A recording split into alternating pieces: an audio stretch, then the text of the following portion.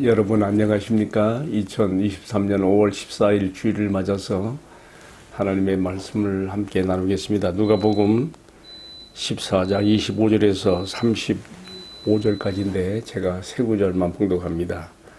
수많은 무리가 함께 갈새 예수께서 돌이키사 이르시되 물은 내게 오는 자가 자기 부모와 처자와 형제와 자매와 더욱이 자기 목숨까지 미워하지 아니하면 능히 나의 제자가 되지 못하고 또 누구든지 자기 십자가를 지고 나를 따르지 않는 자도 능히 내 제자가 되지 못하리라. 아멘. 네, 봉독한 말씀을 가지고요. 예수 제자도, 예수 제자의 길이라는 제목으로 함께 은혜를 나누겠습니다. 네, 본문에서 예수님은 이 세상 그 누구에게서도 들어보지 못한 매우 과격한 요구를 하고 계십니다. 나를 따르는 나의 제자가 되려면 너의 부모, 형제, 처자식 또 심지어는 내 목숨까지도 미워하지 아니하면 나의 제자가 될 수 없다고 하는 아주 대단히 우리가 받아들이기에 힘든 이 말씀을 하셨습니다. 자, 여러분 이 말씀 어떻게 받아들여야 되겠습니까?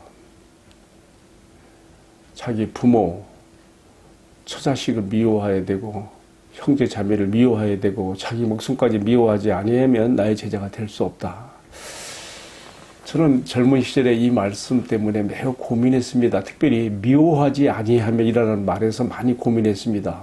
예수님은 내 부모를 공경하라 하는 것을 굉장히 강조하셨고요. 또 심지어는요. 원수까지도 사랑하라고 하셨으며 또 이러한 예수님의 정신을 이어받은 사도 바울은 내 가족, 특별히 내 친족을 돌아보지 않는 자는 불신자보다 더 악한 자라고까지 말할 만큼 그렇게 부모, 형제, 처자식에 대해서 우리가 사랑하고 돌봐야 될 것도 말씀했는데 왜 여기서는 이렇게 말씀하시냐 이거죠. 미워하지 아니하면, 그들을 미워하지 아니하면 나의 제자가 될 수 없다. 저는 이 말씀을 고민하다가 이런 결론을 얻었습니다. 그래, 금이 얼마나 중요한 것인가를 말하기 위해서는 그 차등의 것인 은과 비교해서 말해야 되는 것처럼 예수님은 우리가 그를 따르는 제자가 되는 것, 제자의 길에 우리가 들어서는 것, 제자의 가치가 얼마나 소중한 것인가를 말씀하시기 위해서 이 세상 그 무엇과도 비교할 수 없는 내 부모, 형제, 처자식, 내 목숨까지도 비교해 가면서 말씀하신 것이다. 다시 말하면 제자의 길을 들어서는 것이 얼마나 가치 있는 것인가를 이렇게 말씀했다는 뜻이죠. 여기서 우리가 이제 또 조금 더 깊이 들어가야 됩니다. 그렇다면 예수님께서 말씀하신 내 부모, 형제, 처자식, 내 목숨까지 미워해야 된다고 하는 이 말씀에 본질적인 의미가 어디 있냐는 것이죠. 우리는 항상 성경으로 우리가 풀어야 됩니다. 똑같은 말씀을 하신 마태복음 10장 37절에서는요, 이렇게 말했어요. 아버지나 어머니를 나보다 더 사랑하는 자는 내게 합당치 아니하고, 아들이나 딸을 나보다 더 사랑하는 자도 내게 합당치 않으며, 자기 십자가를 지고 나를 쫓지 않는 자도 내게 합당치 아니하다. 여기서 뭘 말하고 있습니까?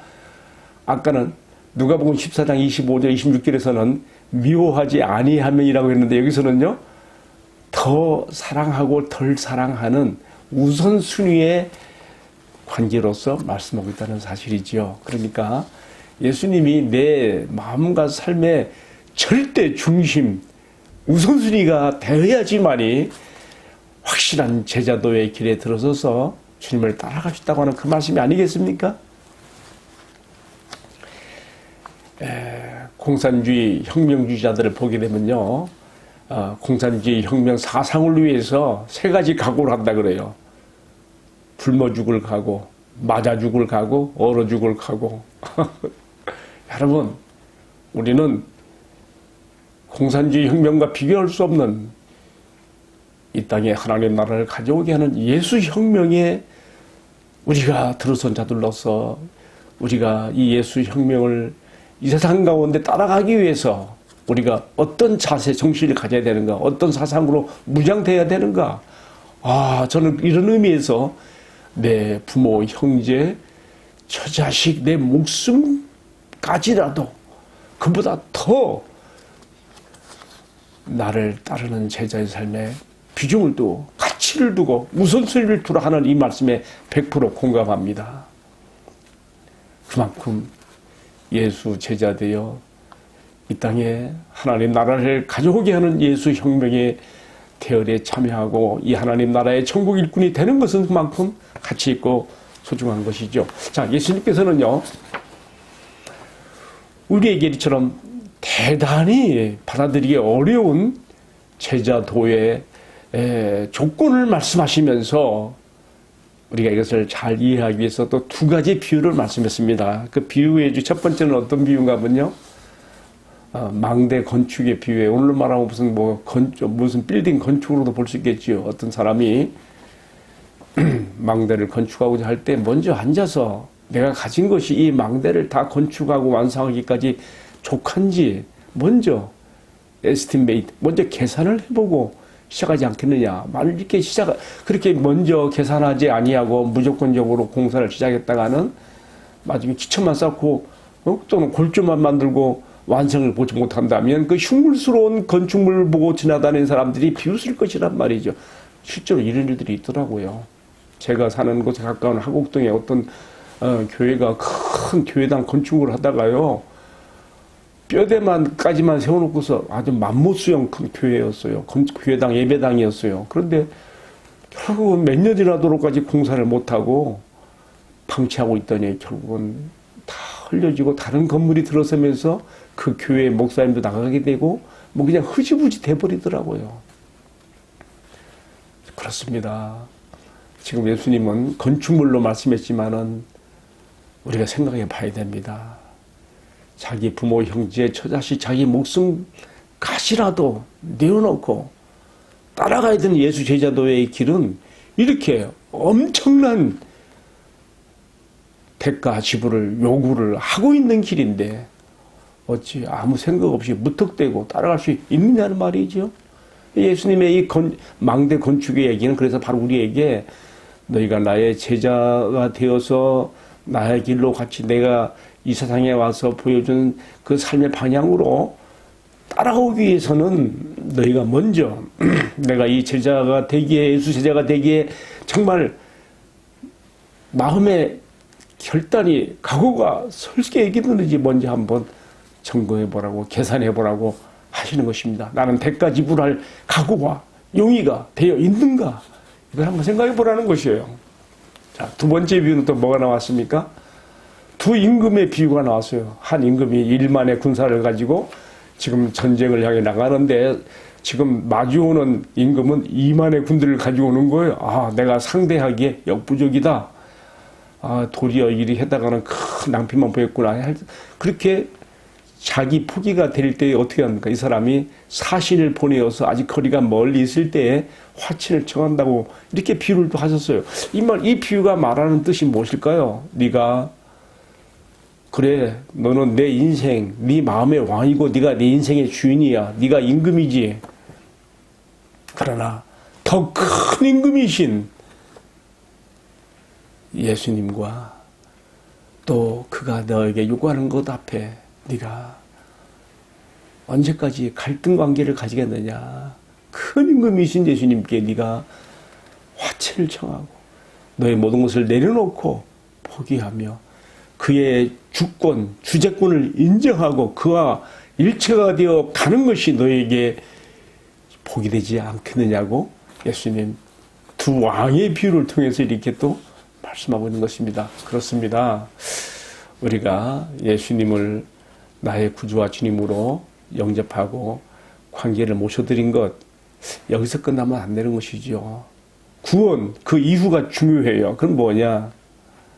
과연 나는 나의 모든 삶의 주권을, 내 마음의 주재권을 예수님께 드리고 예수님의 제자가 되어서 그와 함께 내가 살아갈 준비가 되어 있는가? 나는 그 방향으로 따라가는 제자인가? 중요한 것이죠. 그렇게 되기 위해서는 내가 1만의 군사가 자기 모든 군사력을 내려놓고 포기하고 자기에게 다가오는 이만의 군사에게 사신을 보내 화친하는 것처럼 내가 주님과 화친의 관계로 들어가서 주님의 방향으로 따라가는 것이 현명하고 지혜로운 것이다라고 하는 말씀이시죠. 여러분, 이제 주님께서 이 두 비유를 말씀하시고 마지막 결론으로 뭐라고 했습니까? 소금은 좋은 것이지만 이 소금이 맛을 잃으면 그것은 어떻게 된다 했습니까? 그것은 밖에 버리어 사람들에게 밟힐 뿐이니라 이렇게 말하면서 지가 있는 자는 들어라 이렇게 말씀하셨습니다. 여러분, 이 말씀이 얼마나 중요하면 예수님이 귀 있는 자는 들을지어다 했겠습니까? 자, 오늘 저는 이 본문의 말씀을 가지고 적용으로 들어가면서 이미 다 결론은 나왔어요. 오늘 이 말씀 핵심은 네가 참 예수의 제자가 되고 그의 삶의 방향을 따라가는 제자도의 길에 들어서기 위해서는 네가 이 제자도의 가치를 먼저 알아야 되는 거고, 두 번째는요, 나를 부르신 주님 앞에 나의 모든 주재권을 내려놓고 주님이 원하시는 삶의 방향으로 내가 가는 것입니다. 이렇게 될 때 주님이 나를 그의 참 쓰임받을 만한 제자로 나를 만들어 가시고 또 그렇게 사용하시게 되는 것이지요. 자, 오늘 저는 이 본문의 말씀을 가지고 적용을 크게 두 가지로 해보게 되었습니다. 첫 번째는요, 그렇다면 이 제자의 길로 부르심의 목적이 무엇인가 하는 점입니다. 그것은요, 우리가 마태복음 4장 19절에 나와 있는 것처럼 예수님이 말씀했어요. 내가 나를 따라오면 내가 너로 사람 낚는 어부가 되게 하리라. 주님이 이렇게 말씀했습니다. 나를 따라오라. 내가 너희로 사람 낚는 어부가 되게 하리라. 미끼를, 낚시를 넣어서 고기가 무너지게 되는 것처럼 네가 다른 사람들이 너를 볼 때에 네가 정말로 매력 있는, 나도 저 사람의 삶의 방향으로 따라가고 싶다. 저 사람을 가까이 하고 저 사람과 함께하여 저 사람의 삶의 방향으로 따라가고 싶어지게 할 만큼 그렇게 매력 있는 그런 사람으로 너를 만들어주겠다. I will make you fish of men. 사람 낚는 어부가 되게 하겠다. 주님 그렇게 말씀하셨어요. 그래서 예수님은 공생애 시작하시면서 바로 첫 번째 하신 사역이 뭐였습니까? 다른 것보다도 제자를 선발하고 자기를 따르게 만드는 거였고요. 공생애 3년 동안에 이 제자 훈련과 교육에 심의를 기울이셨고, 공생애 사역을 마치시고 승진하실 때는 이 제자들에게 이제 세상의 모든 사람들의 영혼이 너희들의 어깨에 달려있다. 너희가 성령의 능력을 힘입어 땅끝까지 내 복음의 증인이 되라고 하면서 마태복음 28장 18절에서 20절까지는 우리가 잘 아는 대로 지상대 명령, 지상대 위임령을 주셨지요. 뭐라 했습니까? 너희들 가서 모든 족속으로 제자를 삼아 아버지와 내가 성령의 이름으로 세례를 주고 내가 너희에게 분부한 모든 것을 가르쳐 지키게 하라고 이렇게 하셨습니다. 그러고 보니까 이제 오늘이 성천주일이고요. 이달 마지막 28일 주일이 성령 강림 주일이네요. 오늘 말씀과도 또 이렇게 또 좀 연관이 되는 것 같습니다. 여러분, 우리는 사람 낚는 어부들이 되어서 주님의 이 지상 명령에 참여하는 것입니다. 지상 대임령에 참여하는 것이죠. 자, 그렇다면 우리가 이렇게 주님의 지상 명령에 잘 참여하기 위해서 우리는 어떻게 해야 되겠는가? 예수님의 제자가 되어서 예수님께서 우리에게 명하신 이 지상 명령을 따르기 위한 천국 일꾼의 조건으로서 첫 번째로는요, 예수님께서 가르치신 것을 잘 배우고 우리가 숙지를 해야 되겠습니다. 내가 너에게 분부한 가르친 모든 것을 또 다른 사람들에게 가르쳐 그들도 지키게 하여 그들도 천국 일꾼이 되게 하라고 하신 말씀이 아니겠습니까? 그러기 위해서는 내가 먼저 주님이 가르치신 것들을 잘 알고 배우고 숙지해야 되겠지요. 자, 그렇다면 예수님이 가르치신 그 핵심 내용이 무엇입니까? 물론 복음서에는 예수님이 가르치신 내용들이 많이 있습니다. 그러나 그것들을 한 가지로 핵심적으로 말할 수 있는 것이 있다면 그건 뭐겠습니까? 바로 하나님의 나라입니다. 이것은 예수님의 공생에 시작하시는 첫 표고 슬로건도 잘 나와 있습니다. 이렇게 되어 있죠. 마태복음 4장 17절에 보게 되면 이때부터 예수께서 비로소 전파하여 가라사대 회개하라 천국이 가까이 왔느니라. 천국이 가까이 왔단 말이에요. 아브라함을 하나님께서 불러내실 때 창세기 12장 1절로 3절에 보면 바로 이 하나님의 나라, 이 천국 하나님 나라 약속했어요. 내가 너로 큰 민족을 이루게 하고 내 씨로 말미암아 모든 천하 만민이 복을 받게 할 것이라. 하나님께서 구상하시고 계획하신 하나님의 나라, 이미 아브라함 때부터 약속이 됐던 거 아니겠습니까? 그것이 구약에서는 이스라엘이라고 하는 나라를 통해서 가상 눈에 보이는 나라로서 표현됐고요. 구약적 의미에서 하나님 나라의 완성은 다윗과 솔로몬 시대에 이루어지죠. 물론 이제 그 이후에는 계속 세락의 길을 걸어서 바벨론 포로까지도 가게 되지는데, 그러나 이 다윗의 왕위를 이어서 우리에게 오신 진짜가 이 나라의 왕이신 예수님이 오셔서 바로 그를 통하여 이 나라가 성취되고 실현되고 완성될 것을 그의 공생의 첫 슬로건으로 말씀하신 거란 말이죠. 때가 찼고 하나님 나라가 가까웠으니 회개하고 복음을 믿어라. 하나님 나라가 가까이 왔느리라. 여기서 말할 때 하나님 나라는 무슨 장소적인 그런 영역적인 의미에서 하나님 나라를 이해하면 안 되고요. 하나님의 통치가 이 죄악 세상 가운데 어두운 악한 마귀 사단이 지배하는 세상 가운데 들어왔다는 거예요. 하나님의 통치가 비로소 드디어 그 나라의 왕이신 하나님이 파견하신 그의 아들 예수로 말미암아 이 땅에 들어왔고 이제 이 나라가 이제 확정돼 가는 것이죠. 그래서 예수님은 첫 번째 공생이 시작하기 전에 흑암의 권세를 잡고 있는 사탄 마귀와 광야에서 40일 금식하신 다음에 한판 싸움을 하셨고요. 승리하셨고요. 그 승기를 잡으시고 하나님 나라의 확장으로 가시면서 이 하나님 나라를 보이시고 가르치신 것이죠. 제자들에게 가르치신 이 하나님의 나라, 특별히 마태복음 13장에는요. 예수님이 가르친 비유 가운데 대부분 비유가 이 천국 비유예요. 하나님 나라 비유예요. 마태는 유대인들에게 복음을 쓴 것이기 때문에 함부로 하나님이란 말 붙일 수 없어서 천국이란 표를 썼고요. 누가는 이방인을 상대로 복음을 썼기 때문에 하나님의 나라라는 말을 또 이렇게 쓰고 있는 것이죠. 예수님의 비유 가운데 대부분이 하나님 나라 비유란 말이죠. 이 하나님, 특별히 하나님 나라의 현재성, 지금 제약 세상같이 보이지만 하나님의 나라가 어떻게 하나님의 통치가 이 세상 가운데 들어와 있는가를 가르치는 말씀드린 것이죠.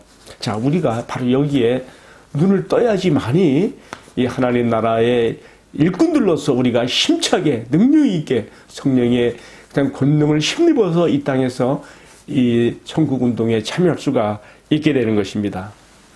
자, 예수님께서 지금 가르치신 내용이 뭐냐라고 말하면서 제가 소두의 그 질문을 던지면서 바로 하나님의 나라였다고 하는 것, 이것을 우리가 잘 배우고 숙지하고 나가야 된다는 것이죠. 예수님의 특별히 기독교의 핍박자였던 사도 바울 역시 이 하나님의 나라를 중심적으로 가르쳤습니다. 사도행전과 누가복음은 사도 바울과 함께 복음의 동역자가 되었던 의사 누가가 썼는데요.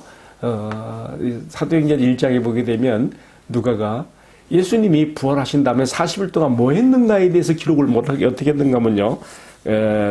사도행전 1장 우리가 3절 이하에 보게 되면요. 40일 더 계시면서 하나님 제자들에게 부활하신 자신의 몸을 보이시면서 하나님 나라의 일을 말씀하셨느니라 그랬어요. 하나님 나라.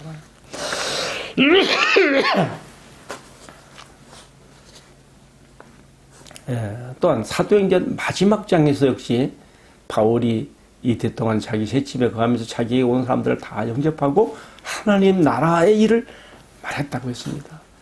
여러분처럼 하나님의 나라에 대해서 우리가 배우고 이 세상으로 무장하고 이렇게 우리가 나가서 이 나라를 전하고 가르치는 것은 매우 중요한 것입니다. 여러분, 이제 오늘의 말씀을 마무리하려고 합니다. 사람을 깊이 있게 하고 무게 있게 하는 것은요, 그가 어떤 사상, 어떤 이념을 가지고 누구에게 영향을 받아서 그가 어떤 정신으로 사는 사람인가 좌우됩니다. 우리는 예수님을 통하여 이 하나님 나라의 일꾼으로서 우리가 무장해야 될 우리가 가르침을 받았고 또 사도 바울을 통해서 우리가 그것을 봅니다. 중요한 것은 이 하나님 나라를 우리가 막연하게 추상적인 그러한 그 관념으로 바라보지 아니하고 구약과 신약을 통해 나타나는 이 하나님 나라에 대해서 우리가 잘 배워서 이 나라에 정말 그 사상으로 무장되어서 이 땅에 하나님 나라를 가져오는 일에 쓰임받아야 될 것입니다. 현재 우리 대한민국의 현실을 보게 되면요, 진보로 이렇게 자처하는 좌파, 또 보수로 또 이렇게 대변하는 우파, 이 양진영의 대립과 사상적 이념의 대립이 너무 심각해서 나라가 정말 두동강이 날 판이고 끝도 없는 해결점이 없는 그 절망을 볼 때가 너무나 많이 있습니다. 이때에 바로 하나님 나라의 지상적 표현으로 비록 불완전하지만 구약에 나타났던 하나님의 나라가 신약으로 들어와 나타나게 된